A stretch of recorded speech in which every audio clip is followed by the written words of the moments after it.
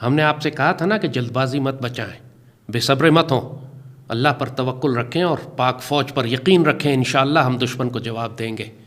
اور اللہ کے فضل سے گزشتہ رات پاکستان نے جواب دیا ہے، اور ایسا جواب دیا ہے کہ مودی کے دانت توڑ کر باہر نکال دیے ہیں۔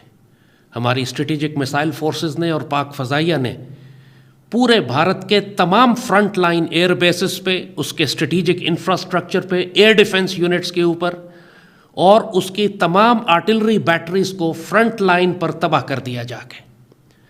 ایئر سپیریورٹی لینے کے بعد پاک فضائیہ خود بھارت کے اندر داخل ہو گئی، مقبوضہ کشمیر میں داخل ہوئی اور خود اندر جا کر ان کے بیسز پر حملہ کیا، مزید دشمن کے طیارے مار کر گرائے، ان کے قیدی بنائے، انشاءاللہ جن کی تفصیل آپ کو D G I S P R اپنی پراپر پریس کانفرنس میں بتائیں گے۔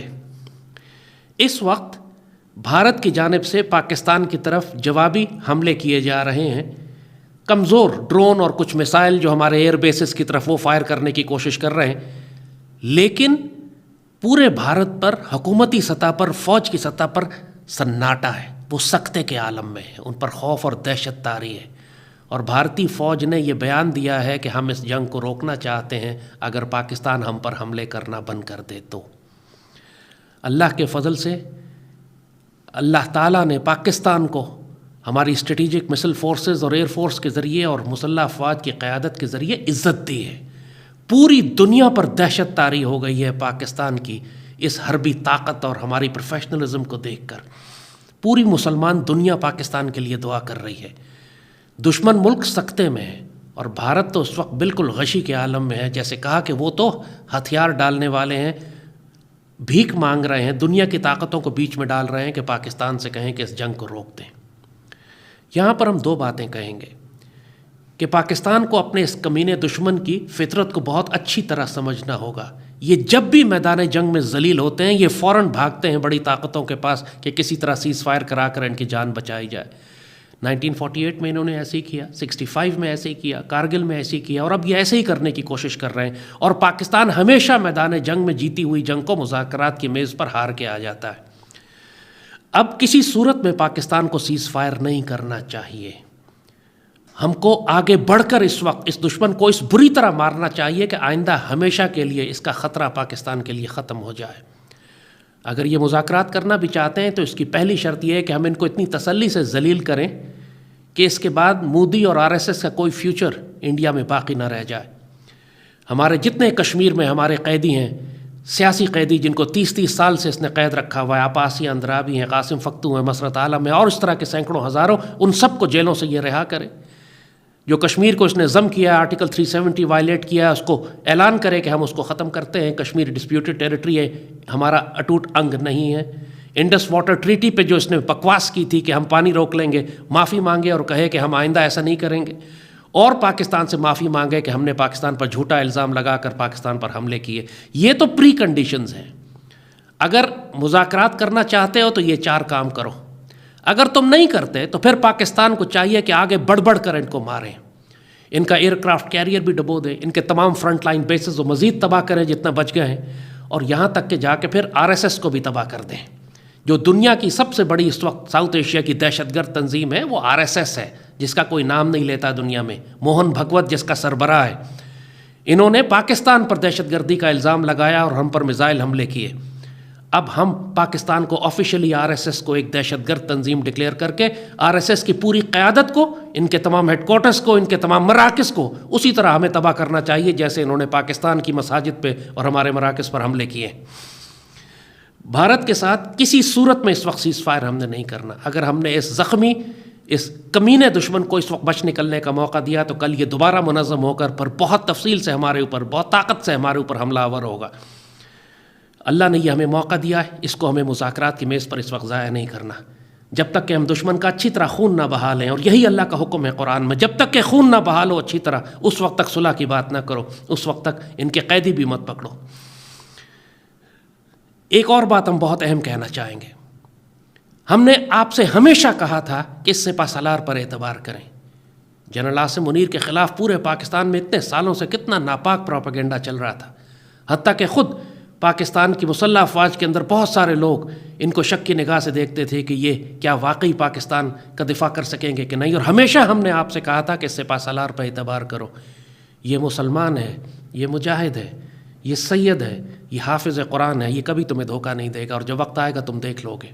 اور آج اللہ کے فضل سے اللہ نے یہاں بھی ہماری بات سچی کر دی کہ آپ نے اس سپہ سالار کو دیکھ لیا کہ جب اتنی بڑی آزمائش اس ملک اور قوم پر آئی تو یہ مرد آہن بن کر، مین آف کرائسس بن کے، سیسا پلائی ہوئی دیوار کی طرح کھڑا ہے اس امت اور پاکستان کی حفاظت کرنے کے لیے۔ ہماری باتوں پر اعتبار کر لیا کریں۔ ہم نے آپ کو غزوہ ہند کے بارے میں بھی کئی سال سے بتایا تھا کہ بڑی جنگ آنے والی ہے، آپ مذاق اڑاتے رہے۔ ہم آپ کو کئی سال سے بتا رہے تھے کہ دشمن جو ہے ڈرونز خرید رہا ہے اور وہ پاکستان پر سوام ڈرونز بھیجے گا، لوگوں نے ہماری بات کو سنجیدہ نہیں لیا۔ ہم سالوں سے بتا رہے تھے کہ یہ کئی سو ارب ڈالر کا اسلحہ خرید رہا ہے پاکستان کے خلاف روایتی جنگ کرنے کے لیے، لوگ مذاق اڑاتے رہے کہ آپ تو ایکسٹریمسٹ ہیں، وار مانگر ہیں، جنگ کروا دیں گے۔ اللہ ہمیں وہ چیزیں دکھاتا ہے جو آپ کو نہیں معلوم ہے۔ ہماری بات پر اعتبار کر لیا کریں، اس میں خیر ہے، ہماری بات ماننے میں کبھی آپ کو نقصان نہیں ہوگا انشاءاللہ۔ اس وقت میدان جنگ کی صورتحال یہ ہے کہ جسے ہم فوجی اصطلاح میں کہتے ہیں بیٹل ڈیمیج اسیسمنٹ ہو رہا ہے۔ دشمن اپنے زخم چاٹ رہا ہے، وہ دیکھ رہا ہے کہ اس کو کہاں کہاں نقصان ہوا ہے، اور اس کے لیے وہ وقت لینا چاہتا ہے، لہٰذا وہ مذاکرات اور امن اور سیز فائر کی بات کر رہا ہے۔ پاکستان کی جانب سے ہم جو کچھ رات کو ہم نے دشمن کی تباہی مچائی ہے، ہم اس کو اسٹڈی کر رہے ہیں، سیٹلائٹس کے ذریعے تصویریں لے کے دیکھا جا رہا ہے کہ ہم نے کہاں کہاں مارا ہے، کون سے اہداف تباہ کر دیے اور کن کو مزید تباہ کرنا باقی ہے۔ تو یہ تھوڑی سی خاموشی آج کے دن آپ کو نظر آئے گی۔ اس کے بعد پھر پاکستان یہ فیصلہ کرے گا کہ ہم نے مزید کن اہداف کو تباہ کرنا ہے۔ ہم بہت سختی سے، بڑے زور دے کر کہیں گے پاکستانی قیادت کو کہ آگے بڑھیں، اس وقت ان کا ایئر کرافٹ کیریئر ڈبو دیں، ان کے جتنے بھی بڑے اسٹریٹجک ہیڈ کوارٹرز اور جو تمام اہداف بچ گئے ہیں ان کو تباہ کریں، کشمیر میں لائن آف کنٹرول کا سٹیٹس چینج کر دیں، کشمیر میں داخل ہو جائیں۔ اس وقت ایئر سپیریورٹی ہے ہمارے پاس، دشمن کی فضائیہ خوف کھا رہی ہے ہمارے سامنے آتے ہوئے، ہم ٹوٹل ایئر ڈومیننس کے ساتھ کشمیر میں داخل ہو سکتے ہیں۔ کل ہم گئے تھے، ہمارے طیارے اتنی دیر کشمیر اور سری نگر کے ہوائی اڈے پہ بامبنگ کرتے رہے، مجال نہیں ہوئی دشمن کے ایئر ڈیفنس کو کہ ہمیں روک سکے یا طیارے ہمیں روک سکے۔ ہم نے ان کا S-400 سسٹم تباہ کر دیا اللہ کے فضل سے، دشمن کے طیارے مار کے گرائے، رافیل مزید مار کے گرائے گئے ہیں۔ ساری تفصیل آپ کو DGI-SPR بتائیں گے انشاءاللہ۔ تو یہ وقت ہے پاکستان کے لیے کہ آگے بڑھ کر ہم کشمیر کو لے لیں، یہ وقت ہے کہ ہم آگے بڑھ کر دشمن کی تمام تر طاقت کو تباہ و برباد کر دیں کہ جس کے بل پر یہ ہمیں دھمکیاں دے رہا ہے، ہم وہ ڈیمز تباہ کر دیں کہ آئندہ قیامت تک کے لیے کوئی ہمیں یہ دھمکی نہ دے سکے کہ یہ ہمارا پانی روک لے گا۔ تو اللہ کے فضل سے اللہ نے رات ہمیں عزت دی ہے، اللہ نے بیٹل فیلڈ ہمارے اختیار میں دے دیا ہے۔ ہم اگر مضبوطی اور استقامت کے ساتھ اور صبر کے ساتھ اور جرأت کے ساتھ آگے بڑھے تو مزید عزتیں اللہ ہمیں دے گا۔ اگر ہم نے اس وقت عالمی دباؤ میں آ کے سیز فائر کر دیا تو پھر کچھ عرصے کے بعد دوبارہ ہمیں یہی جنگ لڑنی پڑے گی اور اس وقت دشمن زیادہ منظم ہو جائے گا۔ باقی پاکستانی قوم سے ہم کہہ رہے ہیں فکر نہ کرو، اللہ نے تمہیں عزت دی ہے ماشاءاللہ۔ جو بات تمہیں کہی تھی کہ جنگیں تمہارے شہروں میں ہوں گی، ان کے میزائل، ان کے ڈرون، ان کے طیارے آئیں گے تمہیں بامبنگ کرنے کے لیے، اور الحمدللہ پوری پاکستانی قوم مضبوط ہو چکی ہے، لوگ اب خوفزدہ نہیں ہیں۔ اللہ کا شکر اور احسان ہے کہ اللہ تعالیٰ نے آپ کو ایک دلیر اور مسلمان قوم بنایا ہے۔ پورے پاکستان میں لوگ اب دشمن کے طیاروں سے، ان کے ڈرون سے خوف نہیں کھا رہے بلکہ پاک فوج کے ساتھ منظم ہو کے کھڑے ہوئے ہیں۔ اور آج تمہیں اپنی پاک فوج کی قدر آئی؟ دیکھا تم نے کہ یہ پاک فوج کس طرح تمہاری حفاظت کر رہی ہے، جس کی توہین اور ذلت تم کیا کرتے تھے، خاص طور پہ PTI اور عمران کی تحریک انتشار کے فسادی، جو مسلسل کئی سال سے فوج کو ڈی مورلائز کر رہے تھے، فوج پر حملے کر رہے تھے کہ یہ فوج تو لڑ ہی نہیں سکتی، اس کو لڑنا ہی نہیں آتا، یہ تو بارڈر پہ جائے، بارڈر پہ حفاظت کرے، یہ تو سیاست کر رہی ہے، یہ تو سیکیورٹی پہ توجہ ہی نہیں دے رہی۔ اللہ نے ان سب کو بھی کتوں کی طرح ذلیل کر کے رکھ دیا۔ اس پاک فوج کا ہونا، ہم بتاتے تھے تم کو کہ اس پاک فوج کا صرف ہونا تمہارے لیے باعث رحمت ہے، ورنہ یہ مشرک دشمن تمہارے گھروں سے آ کے تمہاری بچیاں اٹھا کر لے جائے۔ آج تم دیکھ رہے ہو کہ اللہ تعالیٰ کس طرح تمہاری حفاظت کر رہا ہے، تم سکون سے سوتے ہو گھروں میں کیونکہ تم کو پتہ ہے کہ پاک فوج، ہماری اسٹریٹجک فورسز اور پاک فضائیہ جو ہے وہ جاگ رہی ہے۔ اگر یہ سب نہ ہوتا، یہ پاک فوج موجود نہ ہوتی، اس کا ہونا ہی اللہ کی رحمت ہے تمہارے لیے۔ آئندہ قسم کھاؤ کبھی اس پاک فوج کے خلاف بات نہیں کرو گے۔ اس کی پالیسی سے تمہیں اختلاف ہو سکتا ہے، فوج کو کیوں گالی دیتے ہو؟ یہ فوج تمہاری عزت اور آبرو کی محافظ ہے۔ پوری مسلمان دنیا اس وقت پاک فوج اور پاکستان کے لیے دعا کر رہی ہے۔ فلسطین کے مسلمان خود اپنا جہاد کر رہے ہیں لیکن پاک فوج کے لیے دعا کر رہے ہیں۔ بڑے بڑے علماء اور اولیاء تمام بڑے بڑے علماء کرام اس وقت پوری دنیا میں اپنی قوم سے کہہ رہے ہیں کہ پاک فوج کے لیے دعا کرو کہ یہ ہندو مشرکوں کے خلاف جنگ کر رہے ہیں۔ ترک تو ماشاءاللہ ہمارے بھائی ہیں، ہمارے ساتھ انہوں نے اپنا بحری بیڑا بھی بھیج دیا، خود بھی کھڑے ہیں پوری طاقت سے ہمارے ساتھ، لیکن باقی مسلمان دنیا کے مسلمان ہمارے ساتھ دعائیں کر رہے ہیں، بالکل اسی طرح کے جیسے فلسطین اور یمن کے لیے دعائیں کی جا رہی ہیں۔ یہ غزوہ ہند کا تصادم ہے، یہ کفر اور اسلام کی جنگ ہے، مشرکین اور مومنین کی لڑائی ہے، اس میں کوئی نیوٹرل نہیں رہ سکتا۔ جو اس میں خاموش رہا یا مشرکین کے ساتھ کھڑا ہو گیا وہ پھر دنیا اور آخرت میں ہلاکت اور خسارے کا سودا کر رہا ہے۔ اس وقت کوئی نیوٹرل نہیں رہ سکتا، تم نے پاک فوج اور پاکستان کے ساتھ کھڑے ہونا ہے۔ یہ غزوہ ہند کی جنگ ہے، اپنے آپ کو بدنصیب نہیں کر لینا ہے۔ اس جنگ کے لیے صحابہ کرام نے خواہشات کا اظہار کیا تھا، انہوں نے خواہش کی تھی کہ اللہ ہمیں موقع دے تو ہم اس میں شامل ہوں۔ اللہ نے تمہیں موقع دے دیا ہے، خوش نصیب ہو، اس کو ضائع نہیں کرنا۔ آگے اور آزمائشیں آئیں گی، پریشان نہیں ہونا ہے، قربانیاں دینی پڑیں گی، گھبرانا مت۔ اس میں اگر مارے گئے تو بہترین شہداء میں سے ہو گئے، اور اگر بچ گئے تو بہترین غازی ہو گئے۔ یہ جنگ بے شک لمبی چلے، اگر تھم بھی گئی، رک بھی گئی، دوبارہ شروع ہو جائے گی کچھ عرصے کے بعد۔ اس نے اب آخر تک جانا ہی جانا ہے۔